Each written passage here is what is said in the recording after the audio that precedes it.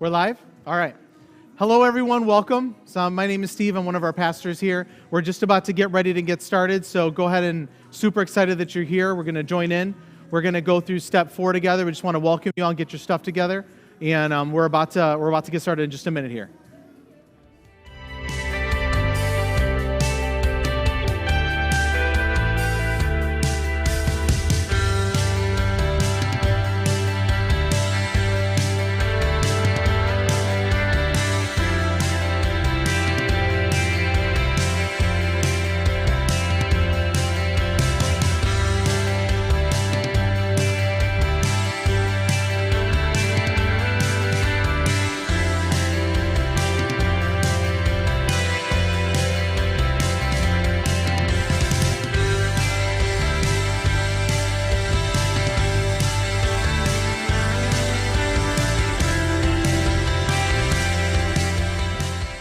Welcome, Discovery. We're about to jump in and get started, so I'm super glad that you're here.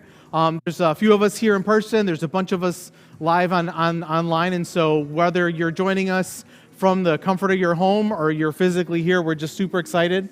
We're going to just jump into this together and have some fun. We are going through step 4. Can we turn the house music down just a little bit? Okay, cool. All right, awesome. All right, so we're in step 4. This is us. Welcome, sir. It's good to see you, man. So we're in step 4. So this is where we landed. We did step 1. PD taught that a few weeks ago. Step 1 was all about, hey, Discovery, why are you guys so weird? Why are you guys such a different church? Why are you guys so loud on Sunday? Like, what's up with, why do you guys act the way you do? Why are you guys so passionate? Why do you guys want to see 1,000 people here on a Sunday? What's the point? Like, we answer those questions. Like, why do we love and why do we work so hard to engage so many people? That's what we talked about on step 1. So that's our mission. That's what we're all about. We talked in step 2 about spiritual maturity. We talked about how maturity is different than growth because we can all grow by just going to McDonald's. We can just grow. It's an easy grow, but maturity is growing our character, and that's a whole different level of growth. And so we talked about how we could live here where it's like, hey, this life over here, this life is sin. And I'm going to walk the line. I'm going to play my life right here on the fence where I can dance as close to sin as I can get. But I'm still good. I'm a Christian. I'm still saved. I'm good. I'm just going to play with fire, be right here, right on the edge. And, we learned about how we could do that. We could say, hey, that's how I'm going to live my life, habitually live here. Or instead, we could ask the question and look in the mirror and go, how close to Jesus can I follow? Like I could choose to, hey, I could play with fire and get as close to this life as I can and plan, or I can choose to, how close can I follow Jesus? Like, how much like him can I try to be? How much like him can I try to think like him, act like him? What were his passions? What was his mission? Where did he put all of his time and energy and his schedule? Can I do that? How much can I follow here? We have that choice. And if we're going to habitually live here, or if we're going to habitually live here, that's going to determine our maturity. That's going to determine if our character is actually going to grow or not. And so we make that choice. We talked in step 3 last week all about our ministry. We learned that ministry it's a fancy word. Probably should get rid of it. Fancy word of just serving. Rolling up our sleeves and getting involved. Getting involved in people's lives. Getting involved in people's messes. Because how many remember what it was like when, I remember what it was like when I wasn't saved, and I was a hot mess, making some really, really stupid decisions, and there were some people that loved me enough to get into my mess and be there with me and help me take some steps to where I got to realize, hey, maybe this Christian thing, maybe there's something to that, and then stayed with me long enough, and I was like, hey, you know what, I want to do this. I want to join that. I want to be a part of this Jesus thing. I'm in. It's real. And we learned that's what ministry is all about. Ministry is just serving. It's just being with people. It's helping people because God is all about that. And so we learned that that's what it's about. Save people, serve people. And today, we're on step 4. Step 4 is all about our mission. We're going to talk today about our mission as a church, like what we are all about as an organization, like why are we so passionate about the things we're so passionate about. We're going to talk about that mission where we said, hey, you know what? We've identified that we think this is Jesus' mission, and so we are all about that. We've said that's our mission too. And if we're Christ followers, that's our mission. So we're going to talk about our mission, and we're going to talk the first half about kind of what that looks like, and the second half is way more fun for me, and that's going to be like, how do I do it? Like, how do I get involved? Like, how do I make a difference and be a part of God's mission? One of the things we talk about is that God has only one agenda. He's only ever had one agenda. The only thing that's ever been on his mind, the only passion, plan, agenda that he's ever been after, his mission, is to rescue all of his kids and to bring us all home. That's his only agenda. And the whole Bible is him showing up to get us and get us home. And we get to partner with him. Like this crazy, awesome God wants us in the game with him to rescue all of his kids. He doesn't want to do it all himself. He wants us all as a family to do it, to get in the game and rescue every person we possibly can. That's his agenda, and that's our agenda. So that's what we're going to talk about all day today. And then my plug for next week, because we can see we're on step 4. There's one more. There's step 5. So step 5, a bunch of you have been asking. I've been hearing from Chris. A bunch of you have been emailing and asking and saying, hey, what is that step 5 thing? When are you doing step 5? How do I get involved? How do I sign up? When do I sign up? You guys are asking a lot of really cool questions, and I love it. Step 5, so that, for those of you who are like, hey, what is it? Let's answer that question first. Step 5 is if you took all of steps 1 through 4, if you've been going through this and you liked it, and you're like, hey, this is cool, it's step 1 through 4 times insanity plus steroids and ridiculous. That's what step 5 is. Step 5 is all about discipleship essentials. So just like steps 4 was saying, hey, these are the things we as a church are all about. Step 5 says, hey, if you say I'm in, I'm a part of that, I want to join Team Jesus, I want to go for it, I want to live a life of value. I want to leave a legacy. I want to impact lives. If you're saying I'm in, well, step 5 is going to teach you how to figure out what your next step is and give you some courage to take it.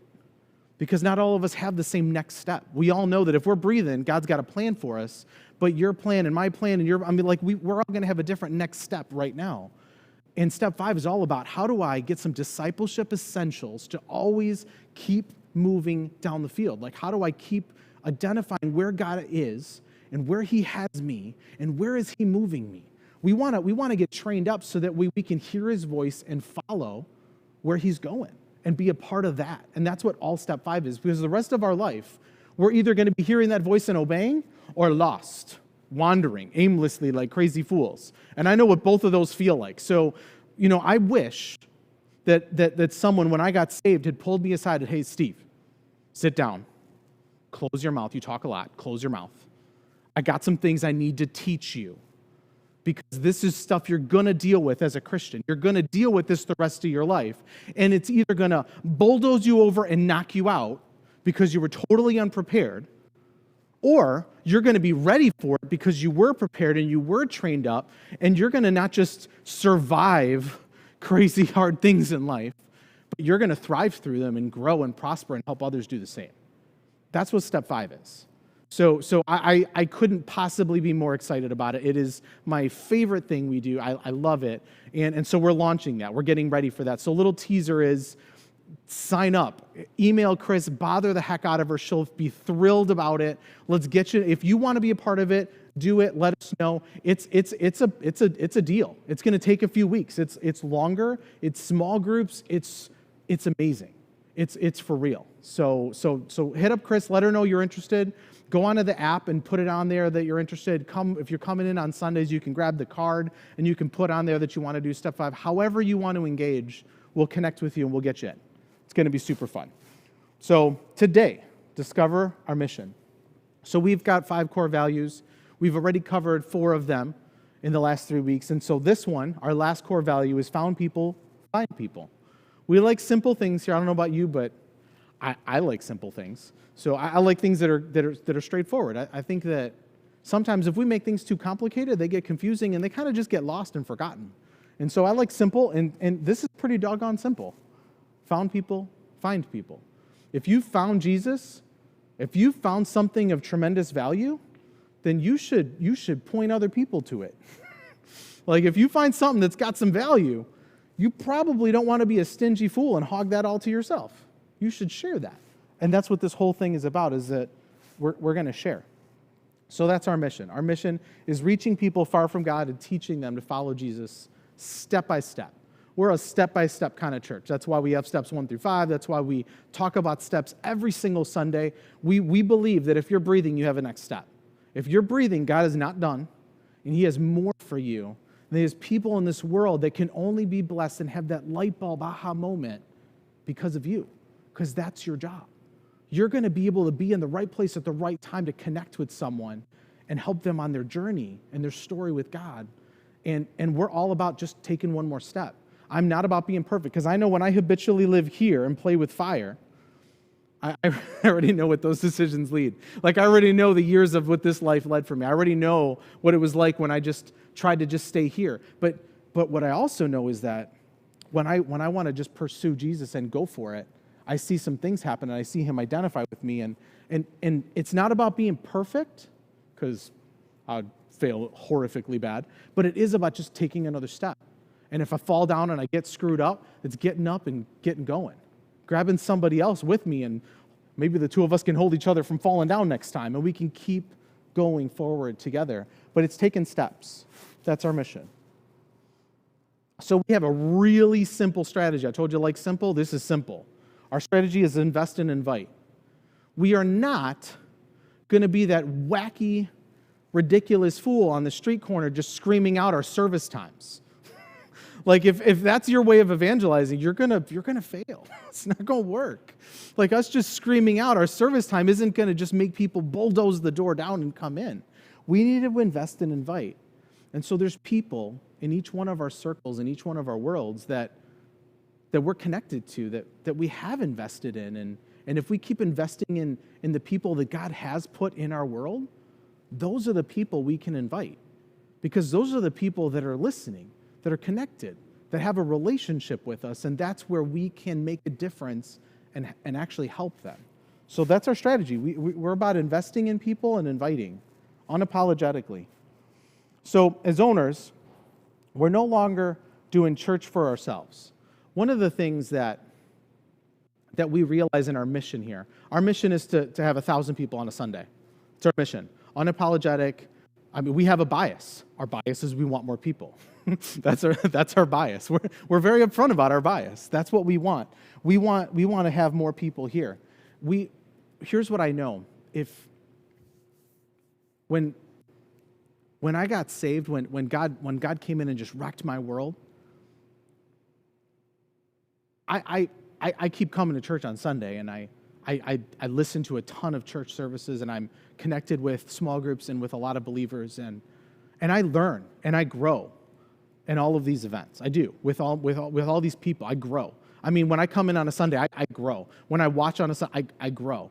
But it isn't for me, if I'm honest. Like, I want to create an environment here. We want an environment here where anyone and everyone feels that, I would try that. I could go. I'd be willing to do that. Let's make it one better yet. I want to have a place where when I invite my jacked up coworker to come, all freaked out, because how many were freaked out the first time you walked into church? You were freaked out, right? You were like, what are those people? Are they going to know what I did? Are they going to judge me? Are they going to look at me? We're like, we worry when we walk into that new environment. And I know that person I've been inviting, when they finally show up, they're fearing all those same things. And I want a place here that they feel comfy. You know how I describe our church to my non-Christian friends? I say it looks like Panera on steroids. That's what I say.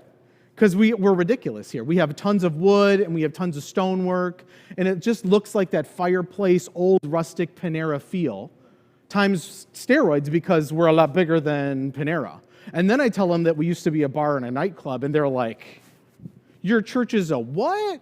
Like, you meet where? Like, they're just totally, because I'm like, you know what, there's already lots of places that have stained glass, and there's already lots of places that have pews, and I grew up Catholic. I'm totally comfortable in all those environments, like completely comfortable. I love it. I love being in that kind of an environment. But you know what? Church isn't for me. It's for my non-Christian friend that's scared. And this place is crazy welcoming. This place is comfy. This place has soft chairs for my butt instead of a hard bench. This place has coffee and now a cappuccino machine. Like, this place is designed to break down the barriers and break down the walls and just let someone that has all these preconceived fears, if I can take all your speed bumps away and let you feel like you could try it out once, that's what we're here for. We want to just make it so you could try it out, because we're just as jacked up. And we're going to have fun doing it together, and that's what we're about. So this isn't for me. It's all about God's children. So we must be committed to church growth. If you call Discovery Church your home, if you're saying, I'm in, I want to be part of this whole Discovery thing you guys got going on. I think you guys are a crazy church, and I'm kind of crazy too. I'm in. If you're saying that, then you're committed to growing, which means you're going to be committed to sitting next to people you don't know yet, that talk different, act different, smell different, walk different, whatever you want to classify. Like, we're committed to that. You know, one of the things PD and I talked about years and years ago, and I love, every year we get closer and closer to that dream. We are in the middle of downtown Elgin. So that means we should look like the same demographics, social economic situations. I mean, like, however you want to racially status qualify, segment people, like, we should look just like Elgin. We should smell just like Elgin. We should sound just like Elgin. Like, if you took a snapshot of any one of Elgin's places, you should see Discovery, because we're right in the middle of it. So we should be like, we shouldn't look like Barrington or the Wisconsin Dells or Dallas. We should look like Elgin, because that's where we are. This is where God has called us. And these are the people and the homes and the families that we're responsible for.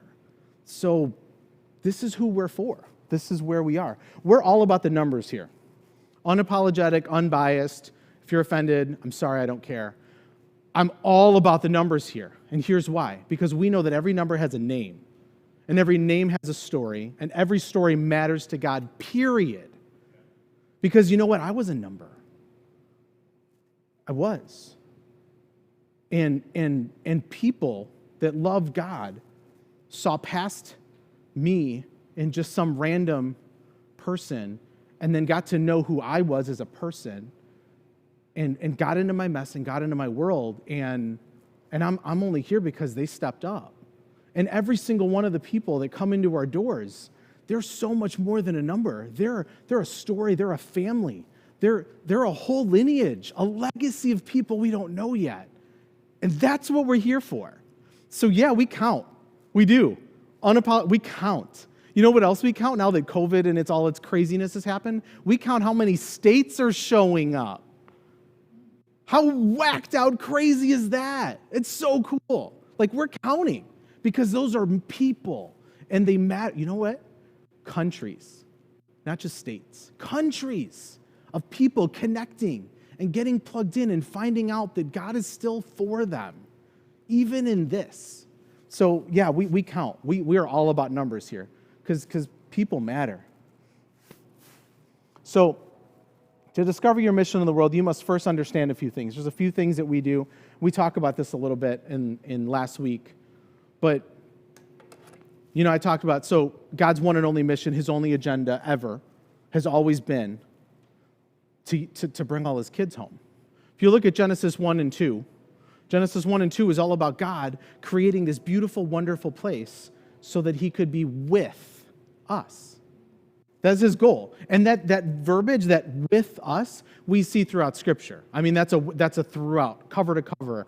God has always been about with us. When you look at the tabernacle, when you look at the synagogue, when you look at Jesus and John 1, God being with us and him literally tabernacling with us, there's this whole agenda of Scripture of God being with us. And it started, none of that's new. All of that was old. All of that is Genesis 1 and 2. Genesis 1 and 2, God made a place perfect to be with us. That was his goal, was to be with us. And obviously we all know that story. Genesis 3, got all screwed up, crazy. We jacked it up. We messed it up. We were tempted. Anybody else here been tempted? You saw something, it looked real good. You knew it was really stupid, but it looked really good. And so you did it anyway, and you knew better, and then you did it anyway, and then you got to reap the consequences. Yay for consequences. That's called being an adult, being a human. We all know that it's true. And they did it. It's not a weird story. It's like, that's my whole life story. Like, that's what Genesis 3 is. And then Genesis 4, all the way to the end, is an entire theme of one thing. There's only one thing that we can see all the way through Scripture that ties every single book in all of those places around the world together, that makes the whole thing make sense. And if you take this one theme away, none of the Bible makes any sense at all. And that one theme is that God has been about rescuing all of his children back, bringing them home, uniting us, and making us one family again. That is his one and only agenda. There is nothing else that matters to him. It's his only passion. It's his mission. And we see that mission being cast onto us. He was never about owning that mission all alone by himself. He's always and forever wanted us to partner with him in this crazy mission. That from the get, we see Abraham, the father of many nations. From the get in Genesis, we see God connecting with Abraham and being like, I'm going to rescue all the families of the earth through you. Right off the bat. In Exodus, when he's talking to Moses, he has this weird, crazy command. This weird, crazy definition of how he defines Israel. So Israel has, after Genesis into Exodus, now has become a nation of slaves. And they're barely a nation. They're really more of a family, because a nation, they don't have a military, they don't have a government, they don't have anything that you would use to describe a nation other than maybe a whole lot of people. Like, other than population, they really didn't meet any of the other prerequisites. But here they are, a nation of slaves. And then God comes in, and he's the ultimate rescuer. It's the salvation story of the Old Testament. Jesus does it on the cross, and he's talking Passover, and he's talking the Exodus story. And here it is, God rescuing all of his people. And after he beats up on all the other gods and makes a mockery of them, after he rescues them from the biggest military presence on the planet, after they lift 0 fingers and he just escorts them out, after they rob the Egyptians blind, who have been murdering and abusing them for 400 plus years, so they leave rich and free. And then they're in the desert, and God tells them what they are, and he defines them as a nation, as a kingdom of priests and a holy nation. That's Exodus.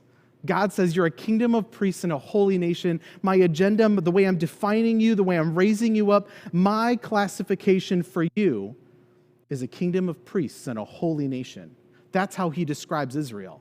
And we all know that you can't be a priest to other priests, because that would be weird. And it doesn't even make sense. So the only way they could be a priest is to everyone else. And it's, again, they're a kingdom of priests and a holy nation as a beacon of light to the rest of the planet, going right back to Genesis where God's like, I want all my families rescued, and I'm working. And we see that same theme all the way through all of Scripture. This is the one purpose we're alive for. It's the only reason we're breathing still.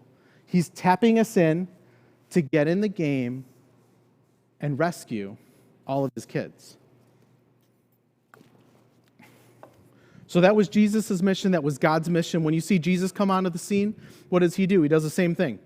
He doesn't take the job all by himself. He gets a crew. He teaches, he trains, he disciples. He preps them. He's like, I'm about to ditch you out. I'm going to leave. And it's better that I go because I'm going to send you a helper, an advocate that's better for you. Wow, what could be better than you, Jesus? It's better for you.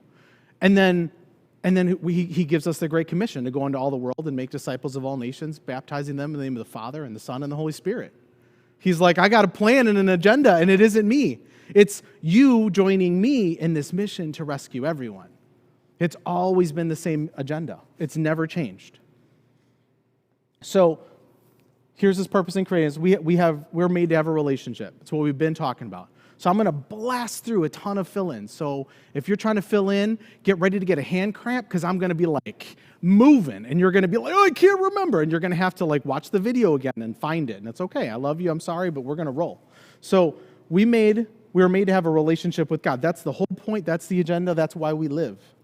We're made to become like Christ. We talked about how we could live habitually here and we could play with fire, or we could live habitually here where we're following and pursuing and saying, how close to Jesus can I get? And if we do this, we're not perfect, but we're becoming like him.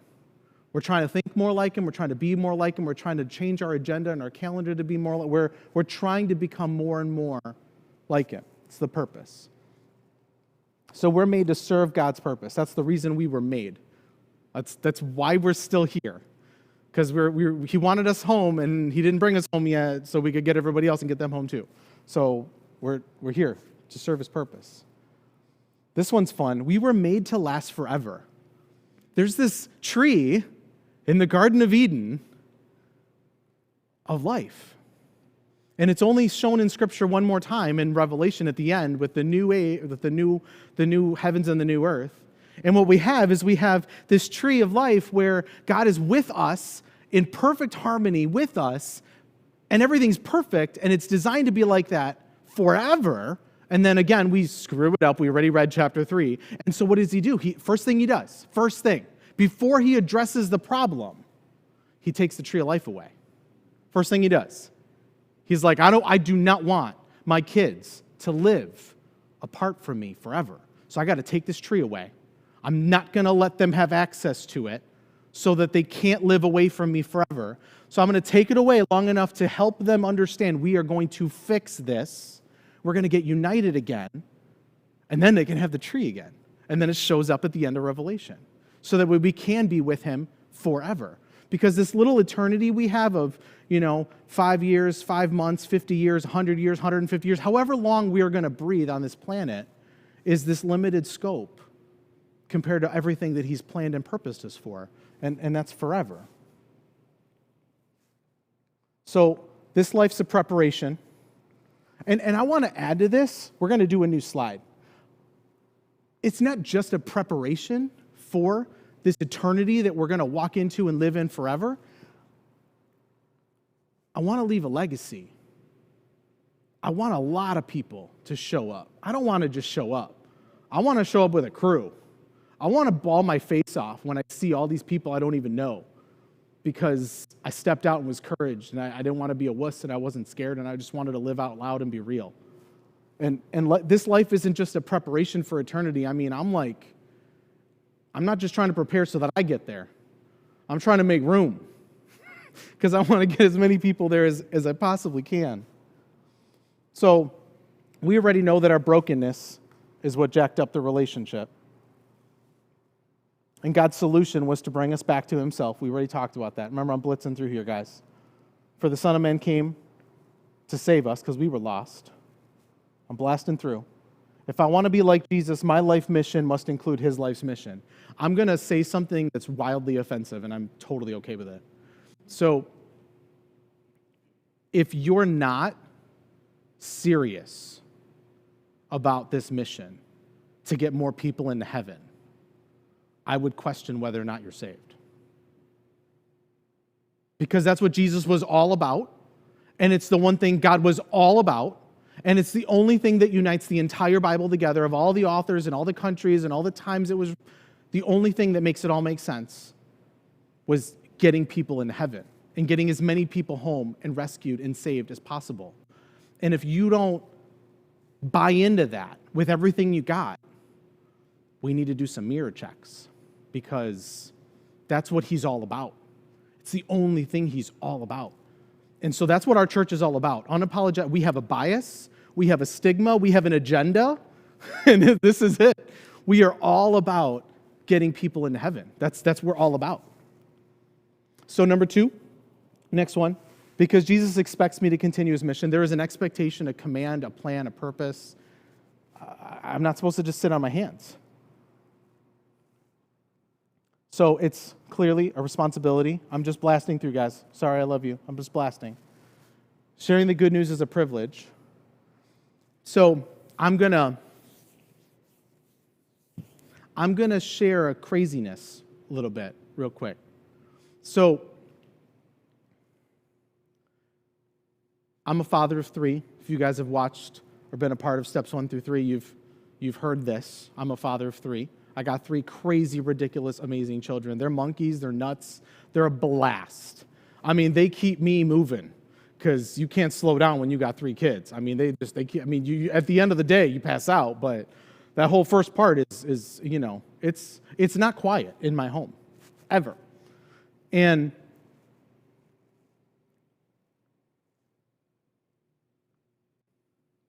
if somebody took one of my kids, you would never be able to see me more losing my freaking mind. There's nothing I wouldn't do. There's nothing I wouldn't say. There's nothing I wouldn't come after you for. There's nothing I wouldn't break. There's no bound I would stop. It's my kid. Period. Thinking about it pisses me off. Like, it's freaking me out. But I want to give an illustration of what God is literally dealing with. This is literally his nightmare when his kids are lost. And he just wants them home. He just wants to rescue them. And it's a privilege when we get to tap in and go, you know what? You would take any bullet for your kid. I'm going to take one for your kid too, God. Whatever it takes. Whatever fool I have to look like, whatever ridiculous mess I have to jump into, I just want to help you find your kid, no matter what. No matter what. I'm ready to go, to do anything. We laugh and we kid about this at church because we talk about, we'll do anything short of sin. We'll play on this line. We just won't cross that line, but we'll play anywhere anywhere here if it's going to save someone. We'll dance all around this hot mess if we can get one more person in, whatever it takes. Because God did whatever it took. So we will too. It's a privilege to be in that. I can't believe he wants me in. I can't believe that he would use me. People are lost without Christ. I'm skipping, I'm fast, I'm going. Because God wants everyone saved. This theme of when God talks in Genesis to Abraham and he's like, I'm going to save all the families of the earth through you. He repeats that dozens of times throughout Scripture. And every time God does, typical God in all of his craziness, he doesn't just plan and promise that he's going to rescue all the families of the earth. He just starts piling on more stuff that he's going to do. And all these other things he's going to pile on, and he just keeps doing it. But that's the one thing that's repeated over and over. He wants everybody home. He wants everybody. So I want to carry out this mission. We're in.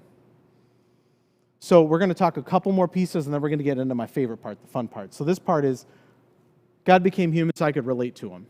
Because one of the biggest stigmas and problems that we have as Christians is this life in Christianity is hard. If somebody told you you're going to get saved and everything was going to get easy, they lied to you, and I'm telling you that was a lie. Because if you're a Christian for any amount of time, it's hard. It's not, it's simple in that it's one thing. I'm going to try to follow Jesus. That's it, period. Simple. But it's hard to follow Jesus. Like, it's hard. It's hard to model and try to get rid of my agenda and my goals and plans and to try to do his. That's hard. It's hard to sacrifice this way consistently, habitually for my life. It's hard. And if somebody lied to you and told you Christianity was easy or that everything gets better when you commit to, like, it doesn't everything get better. I mean, some great things happen, like, salvation. It was great stuff. But there's a target on your back now because you were on the opposite side before. When I wasn't saved, I was all the way over here, and I wasn't in the game. Devil didn't have no target on me. But now I'm trying to rescue God's kids. Well, he wants to beat me up then. There's a target on you if you're saved. There's a target. Life is going to be hard. Fact. So we got to be ready for this. God became human so we could relate to him. Because we do know that this life is hard, so we needed to know that there was a way that it could be done. We needed a model to know that it wasn't just a dream, but it could happen, and we could go for it, and it could work. So that's why he showed up. Jesus died for my sins so I don't have to. I want to be super clear here. This is crazy fun. There's a consequence for sin. If you're an adult, if you're over the age of 3, you probably know that there's a consequence for sin. But how many know that our consequences are extremely temporary? Because there is an eternity after this, and there really is a heaven and a hell. There is, and it's real. And the consequence of sin is very temporary here. And the death part, he died for my sins so I don't have to, he's going to take that consequence away. I have to live with the consequences in the here and now of all my jacked up, stupid, foolish decisions. I get to live with these consequences. I don't have to live with this one. That's the one he takes away. Because how many know he doesn't take away all the consequences of my sins? Like, I still get to deal with some of them. That's called discipline and slapping me around because that was my fault. But he takes this one away. So I don't have to live in guilt anymore. I can deal with my sin. I can face my consequence and right the parts that I can right, and the parts that I can't, I get to ask for forgiveness. And I don't have to live in guilt for the rest. That part's done. It's off my shoulders. That weight and that burden do not exist because he took it. So Jesus destroyed death so I can have eternal life. Salvation, free gift, I can't earn it. Man, thank God for that. Thank God for that, literally. Does anything else need to be said? Nope. Salvation is based on faith, so all I have to do is believe and trust. Sounds really too simple. Sounds too good to be true, right? It is. It's simple. I'm going to follow him. I believe that this is the way, and so I'm going to follow him. It's simple. It doesn't mean it's easy. It's really hard, like we talked about, but that's it.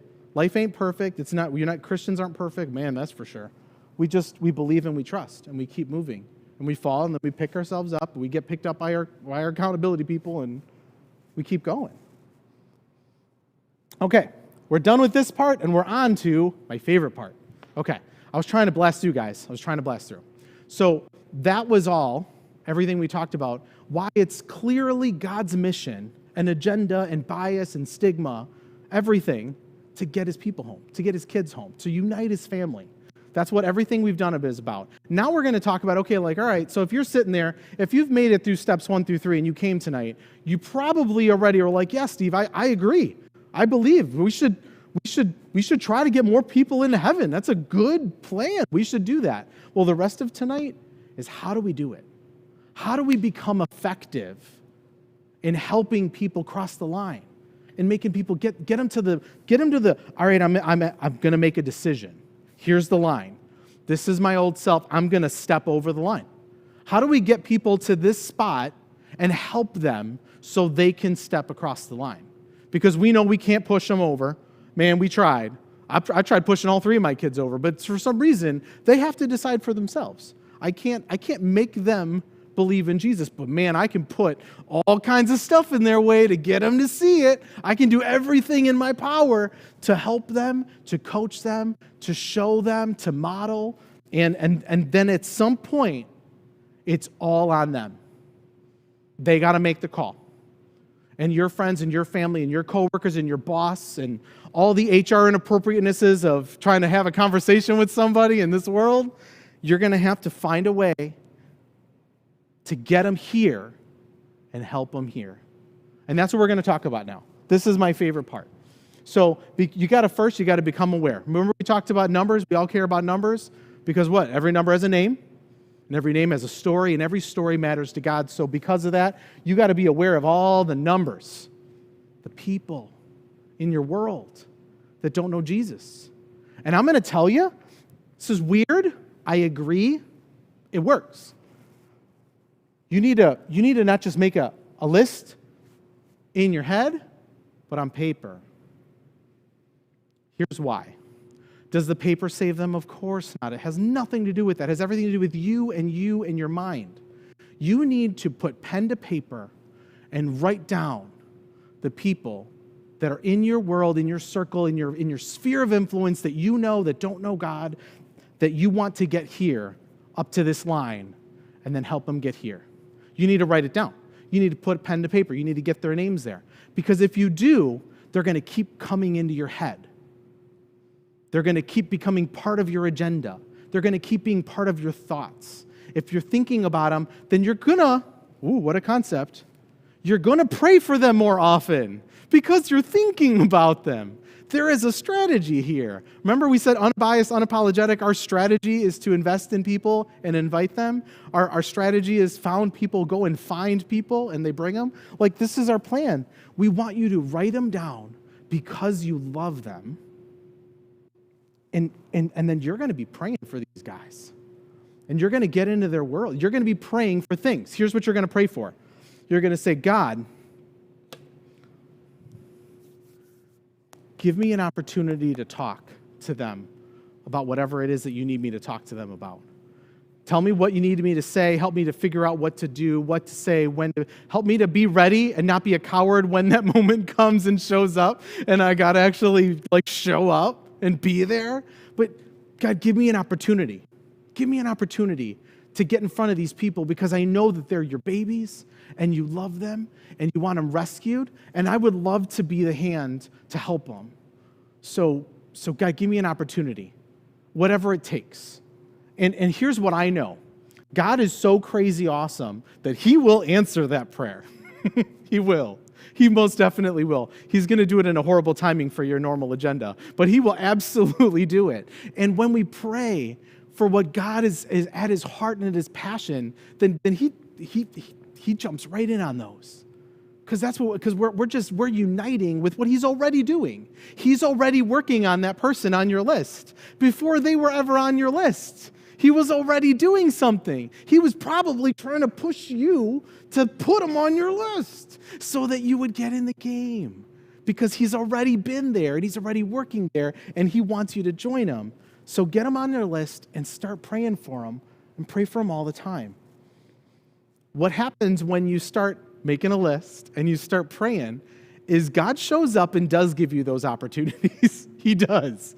He puts them in front of you, usually in a wild, crazy way that you're not expecting, but he does. And then it's up to you to show that you're not a hypocrite and that you actually do love them. Because you're not to teach them anything. You're not there to show them anything. You're not there to do anything. You're just there to love them and help them in their mess. That's what you're there for. You're not there for anything else.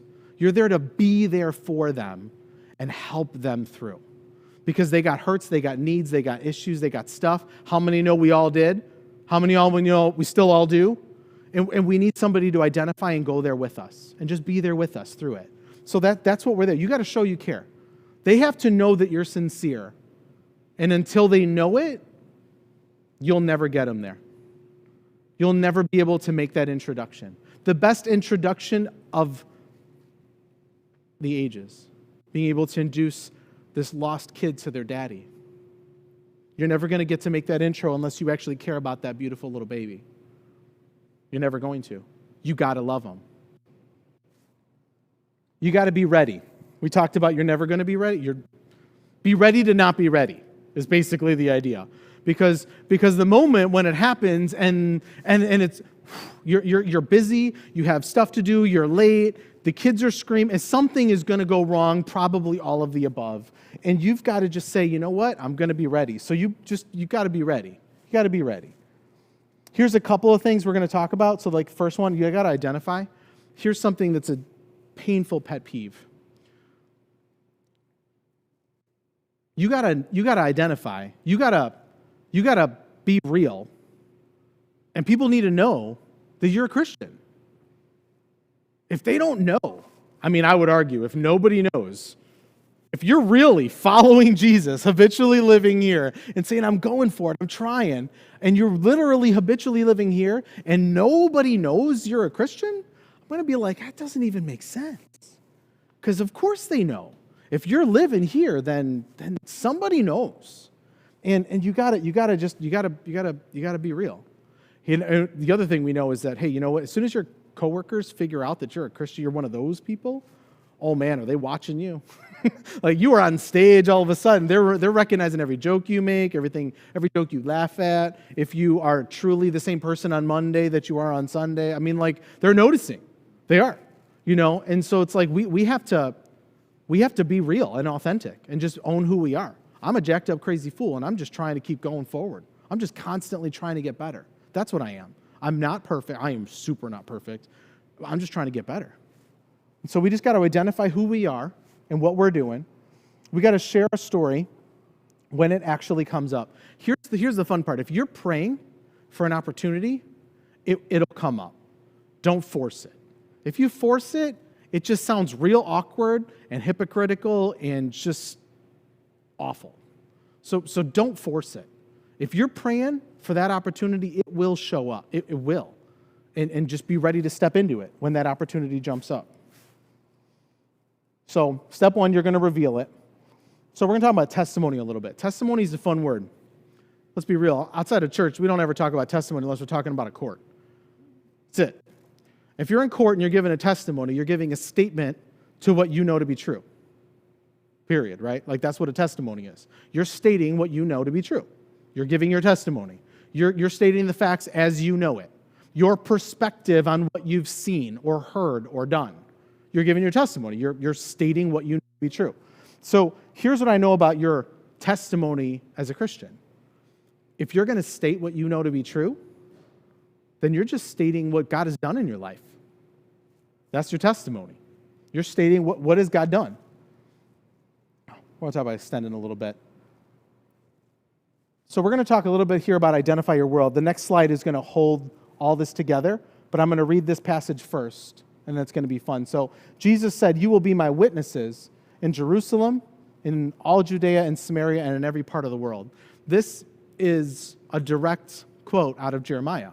When God calls Jeremiah is one of the prophets of the Old Testament. When God calls Jeremiah and calls him to be his prophet, to speak and preach and share and lead his nation, when he calls Jeremiah to do it, when he's like, this is going to be your job. You thought that was going to be this is going to be your job. I'm going to make you a prophet. I'm going to do it. This is what God tells Jeremiah. When I was in college, I had a moment where I didn't know what God wanted me to do. I didn't know. And I was really good at math. I was super good at math. And so I was like, you know what? I'm going to be an electrical engineer. I learned how to wire a house with electrically when I was, I have gum. When I was a kid, I learned how to do that. So I'm really good with electrical, with wiring. I'm really good at math. Those fools make a lot of money. Where do I sign up? I was like, I have a plan, God. I'm in college, I'm smart, I got good at math, I got some skills. I'm going to go make some money. That was my plan. I had an agenda, I had a plan. Well, God, how many know that sometimes we bring our plans to God and he just kind of with them? Anybody? So I get to a spot, and I told you I was good at math. So I took calculus and physics in high school. I took them in college while I was in high school. Got college credit, passed them, aced them, killed it, got college credit while I was in high school. I did it in my junior year and my senior year in high school. So I was really good at math. I'm not speaking this out of pride because later in the story you're going to laugh at me. So believe me, there's no pride here. So I'm acing through it. I'm getting college credit. I'm killing it. I'm awesome. Blah blah blah. And then I show up in college. And I'm failing the same class. I'm literally in the same calculus class. I'm taking physics. I'm taking the same calculus and the same physics, and I'm failing. I've never failed a class. I've never been failing in my life. I didn't know what I was doing. You know what's the one thing I had failed? When I went to Catholic school and took religion. I failed that. So I'd never failed anything except religion. I've been owning all my math and science studies, and now I'm in college, and I went to I went to Judson so that I could work on, because I was loving this whole Christianity and learning about God, and I was like, you know what I'll do? All right, I'm going to go be an electrical engineer and make $1 million, but I'm going to do that at Urbana, and I'm going to go there. But first, I'm going to get like my gen eds out. And I'll do my gen eds. I'm going to go to Judson. I'll do my gen eds. And while I'm there, I'll knock out a bunch of Bible classes because that'll be so much fun. So that was my plan. That was my agenda that God smashed. So I get in there, and I'm taking the same classes I just got done acing a couple months ago. I'm looking at formulas and equations that I remember, and they're so foggy I don't know what to do. I'm lost. I do not understand. I'm like literally reading a language, and I remember knowing it, and now I got nothing now. I got nothing. I don't even know. I just know that I used to know, but now I'm looking at it like it's Chinese. I have no idea what to do, and I'm failing. And I was up all night, every night. I'd never studied in high school. I never had to. I was just acing. Now all of a sudden I'm studying up every night. I have a tutor. I'm cramming every night, every weekend, trying to barely pass the class I just got done acing a few months ago, less than a year ago. It's not even had time to leave my brain, except there's nothing left in my brain. And yet, while all this is happening, I'm just acing all my Bible classes, all of them, just acing them.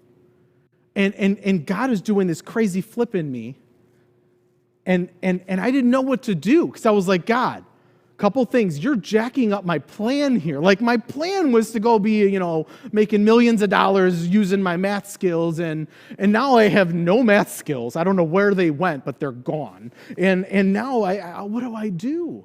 And I did this. Anybody have a fight with God ever? Anybody? Where you're having a prayer and you're so mad and angry and frustrated and confused that you're like, I don't know what else to do. So I'm literally up all night, again, one of those million all-nighters, and I go down and I have my Bible, and I gave God an ultimatum. By the way, if you do this, be ready for a good 2x4, because he got me. So I gave God an ultimatum, and I said, I will not leave this place until you show me what you want me to do. Because I had an agenda, and my agenda has been trashed, and I have no idea what I'm supposed to do. I have no idea. And I sat there. And I don't know how long I was there. So, I could embellish and pretend, but I don't know how long I was there. I do know that I flipped the Bible and it opened to Jeremiah, and I read that verse. And I knew that God wanted me to go into all the world and rescue his people. And he didn't have an agenda for me to be awesome at math. And I am so doggone stubborn. If there's any other stubborn fools out there, I'm on your team. I'm so stubborn. I'm sure God was leading me there, and I was just not listening and not paying attention, and he had to just rob me of my skills to get me to pay attention that he had a different plan. And he did. Flat out robbed me. So I suck at math now. and I work really hard to have the math skills that I do, and I need them for work. But compared to where I was in high school, I got nothing, because I was really good, and I got nothing now. Now I'm straining. But I remember everything I read in Scripture, everything. And the reason I remember it is not because I'm so awesome, because I forget other things. My wife will admit I forget other things. It's just a gift. Like, God just gave me a gift of knowledge. I retain what I read. And so God's agenda has been this, and this verse has tremendous power for me, and I just want you to know that this is the only thing God is about. And God had a realization with me, and I want to share it with you. So we have a target as Christians to meet the people of this world. And there's the people in our circle, in our tight sphere of influence. So this is using a city/world example. You could turn this and flip it to your own world. You could say this is like your immediate family. You could say like that's like your friends. Say the next round of the target is like the people that you know, but you're more like acquaintances. You don't have a real tight relationship with, but you know them. They know you. They're probably on your Facebook, but you don't hang out regularly. And then the last one is like you don't even know them. You have no access to them. They're in Africa. They're in Asia. They're in wherever. You have no access. You have no connection. And yet they're still God's babies. And what are you going to do to help them? And so this is God's target because he's a global target. We all matter equally to him. So we need to identify what parts of our world we're going to go after. And I'm going to argue we got to go after all of them. We just got to go after all of them differently. And so some things we need to know. We're talking about, remember, we want to get our friends and our family to this line so they can make the decision. People are ready at different times. They're just not ready at the same time. So, there's a parable of the sower where Jesus is talking about all these different types of people. And if I'm honest, I have been all of these people. There was a point in my world where one of my best friends that led me to Christ, he will tell you. His name is Ted Dietrich. If you want to look him up online, he will tell you. I made fun of him for being a stupid Christian for years. I made fun of him. I ridiculed him openly. I was defensive and angry and rude, and I wanted nothing to do with his church and his God. And I love him because he didn't give up on me. And he kept reaching out, and he was still my friend, even though I made fun of that thing that he does. And he never gave up. And he kept inviting, and he was with me, and we hung out. And you know what? I got here at some point. I got a little bit less concrete of a heart. I got a little bit softer. And I was a little open to some of the things that he talked about that sounded cool. There was some of his Christian music that I made fun of less than other music. And then I got here, and some of the things he said was really interesting, and he caught my attention. But then I'd be like, squirrel! And I would just, I'd get distracted about a girlfriend or work or whatever, and I wouldn't focus on where he was leading me. But he never gave up on me, and he stayed with me, and he recognized it was a process, and it took years. And eventually I got here, and I showed up at his youth group, and I heard a message, and I was like, oh my God, this is real. And I had never heard a message like that before. And he brought me to this line. He brought me here. And it was the most unbelievable thing for me to come here, because I know this. And so if you're talking on your list, maybe don't write it, but maybe write it. Like, where are these people that you love? How receptive are they? And be respectful to that. It is a process. The number one reason people are not going to join you in going to church is fear. The reason I'm not showing up when you invite me is because I'm scared. I'm scared of what people are going to think. I'm scared of what people are going to do. I'm scared of what people are going to want me to do. I'm scared of what I'm going to have to join. I'm scared of what the commitment. I'm not interested. It's just like I'm comfortable.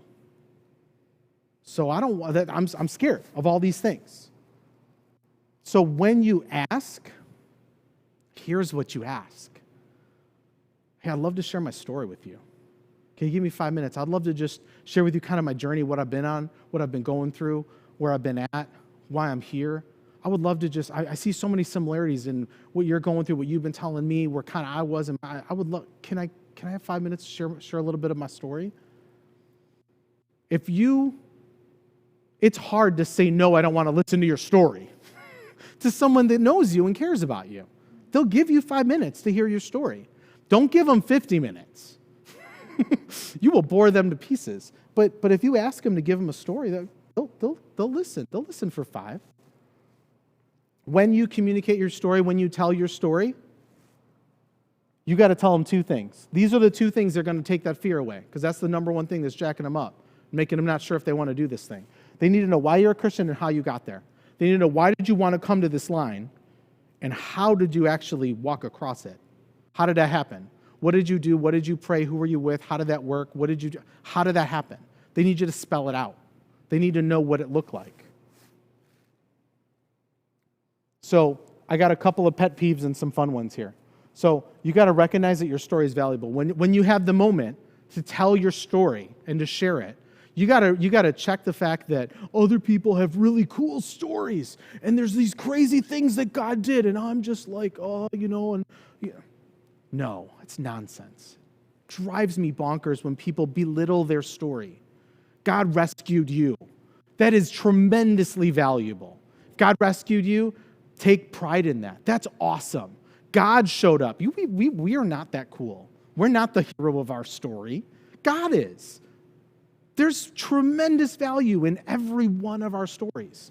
Another thing that's crazy about it is you got to realize that you don't just have one story. If you only have one story, you've only been saved for about 5 minutes. Because if you don't have another story, that means God has never done anything else in your world. And I got to believe, because I know my God, that He doesn't stop loving you. And He keeps getting into your world. As much as you let Him and invite Him in, He takes ownership in there. And so you don't just have one story of how God showed up. We have lots of them. And all of them can be ways that you share and you get some common ground with the people that you love, and you use that to start your story and share where you're at. So this slide only makes sense with this slide. So I'm going to drive your brains nuts and bounce back and forth. So love you, sorry. Prepare to pretend you're on a tennis racket. Okay, so there's 4 parts to your story. When you tell your story, there's 4 topics. When you're taking notes, you're literally like, okay, I'm going to tell my story, and these are the 4 things I'm going to talk about. So number 1, I'm going to talk about what my life was like before I met Christ. You got to form some common ground. They got to realize that you're not just some perfect Christian, that you know what it's like to be scared and to not know and to need. So they need to know that you have some common ground. But you spend the least amount of time on this part. You're going to spend more time as we keep going in the next topics. But you need to connect with the person you love, which means you need to tell what your life was like before you met Jesus, before you went to that line. What was it like? They need to know that you are a real human being. How did you realize? What was your light bulb moment? What was that moment when you were like, aha, I need this Christianity, I need to check that out. There's something there. There's something about this line here that I need to figure out. And you're going to spend, I went the wrong way. You're going to spend a little bit more time here on your light bulb moment when God kind of rocked your world and you had to make a decision. And then the next one is how I committed my life to Christ. How did you cross the line? Who were you with? What did you pray? What did you do? How did that happen? You're going to spend, I went the wrong way again. You're going to spend a little bit more time there so that they can see what it's like. How did it happen for you in your world? That matters to me because I don't know and I haven't done it yet. So how did you do it? And the last one is what's the difference it's made in my life? And that's where you spend the most of your time. If I'm going to do this Christianity thing that you talk about, and this part sucks, why would I want to join your team? Right? Like, what has God done in your world? How has that changed you? How is that happening in your family and in your friends and in your career and your world? What is God doing in your life? Because if I'm going to cross this line, I want to know what's on the other side. And you should spend the most of your time there so I can see what my life could be like. You're showing me the light at the end of the tunnel. You started by showing me that there is a tunnel and I'm on the dark side, and then you started showing me that there is a full light all the way over there, and then you showed me how you got to the end, and then you showed me what it's like after you cross that big white light, because I can't see past it because I'm so dark to it. What's it like on the other side? You got to show me that because I don't know it.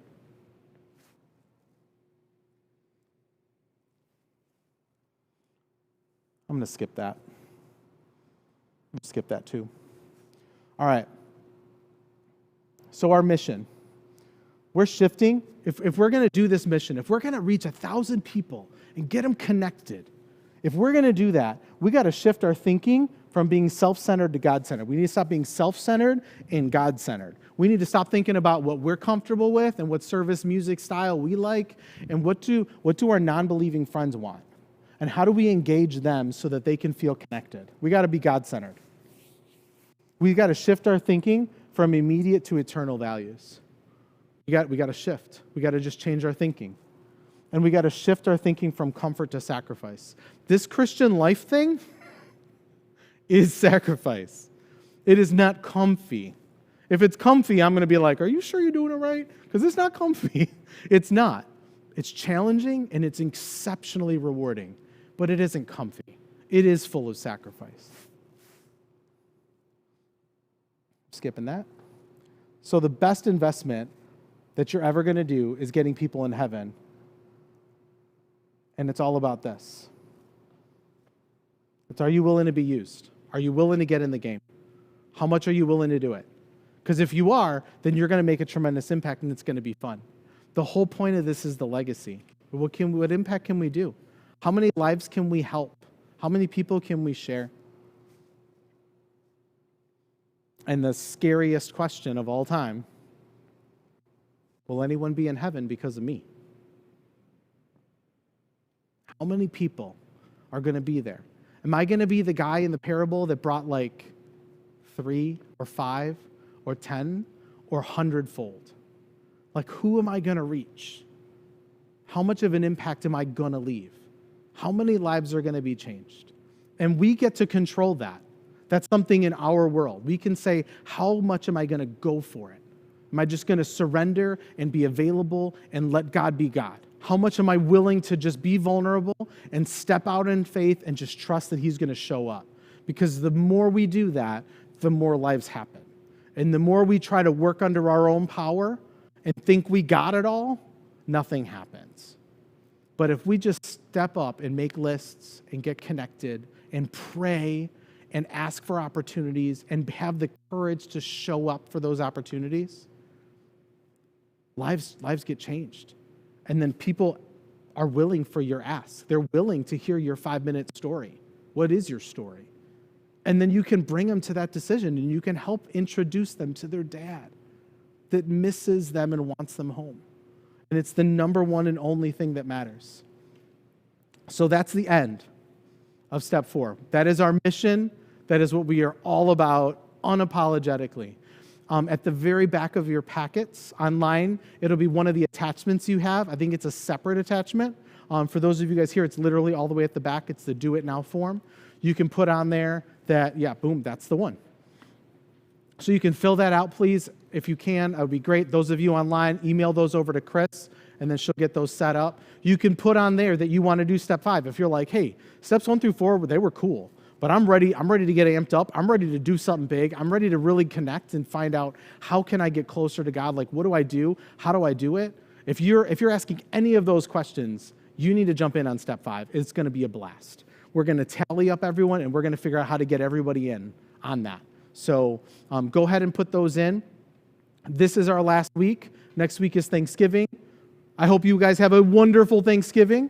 And obviously, we'll be here on Sunday. So everyone, thank you. Thank you so much for tonight. I really appreciate you guys giving us some time with it. I hope you have a great night.